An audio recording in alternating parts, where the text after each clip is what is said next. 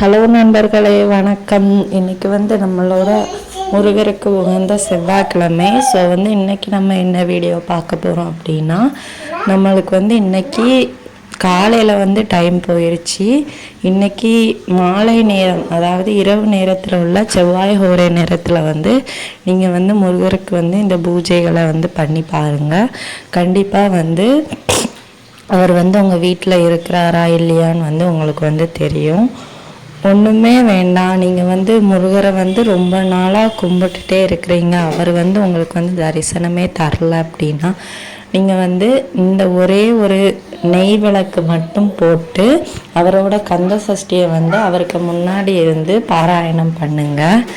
அவர்கிட்ட இருந்து கண்டிப்பாக உங்களுக்கு ஏதாவது ஒரு ஆசீர்வாதம் கண்டிப்பாக கிடைக்கும்.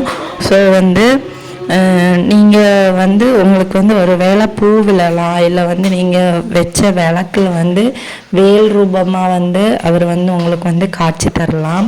ஸோ உங்கள் நம்பிக்கை உண்மையாக இருக்கிற பட்சத்தில் கண்டிப்பாக முருகர் உங்களுக்கு காட்சி தருவார்.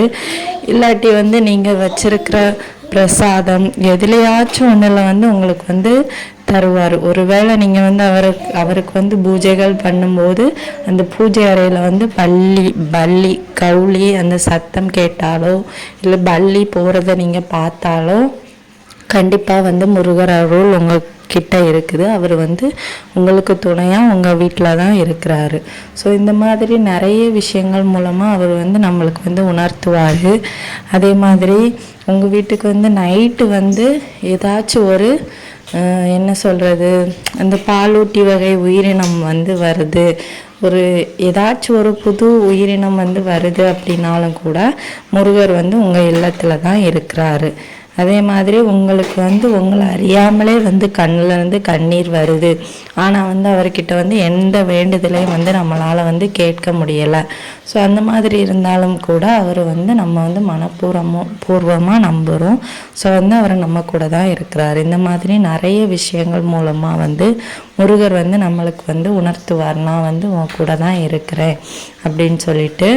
நீங்கள் இதை ட்ரை பண்ணி பாருங்கள். உங்களால் 2 விளக்கு 6 விளக்கெலாம் போட முடியலை அப்படின்னா ஜஸ்ட்டு ஒரே ஒரு நெய் தீப விளக்கு மட்டும் போட்டு பாருங்கள். கண்டிப்பாக உங்களோட வாழ்க்கையில் மாற்றம் வரும். அப்புறமா கந்த சஷ்டி படிக்க சொல்லியிருந்தேன். கந்த சஷ்டி படிக்க முடியலை அப்படின்னா ஒன்றுமே இல்லை, சிம்பிளாக ஓம் முருகா போற்றி, ஓம் முருகா போற்றின்னு ஒரு 6 டைம் நீங்கள் சொன்னால் போதும். அதுக்கான பலனை நீங்கள் கண்டிப்பாக அடைவீங்க. அதே மாதிரி முருகனுக்கு ஏதாச்சும் ஒரு பிரசாதம் வைங்க.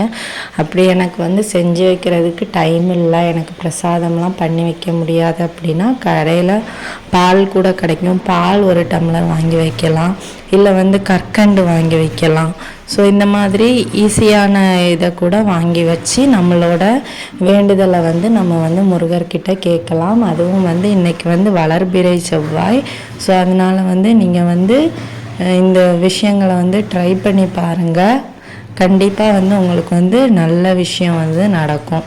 ஸோ அதனால் நான் இந்த பதிவை உங்களுக்கு போஸ்ட் போடுறேன். இந்த பதிவை நீங்கள் பார்த்தீங்க அப்படின்னா கண்டிப்பாக மறக்காமல் உங்களோட நண்பர்களுக்கும் ஷேர் பண்ணுங்கள். உங்களுக்கும் இது யூஸ்ஃபுல்லாக இருந்துச்சு அப்படின்னா நம்மளோட கமெண்ட் செக்ஷனில் கமெண்ட் பண்ணுங்கள். நன்றி.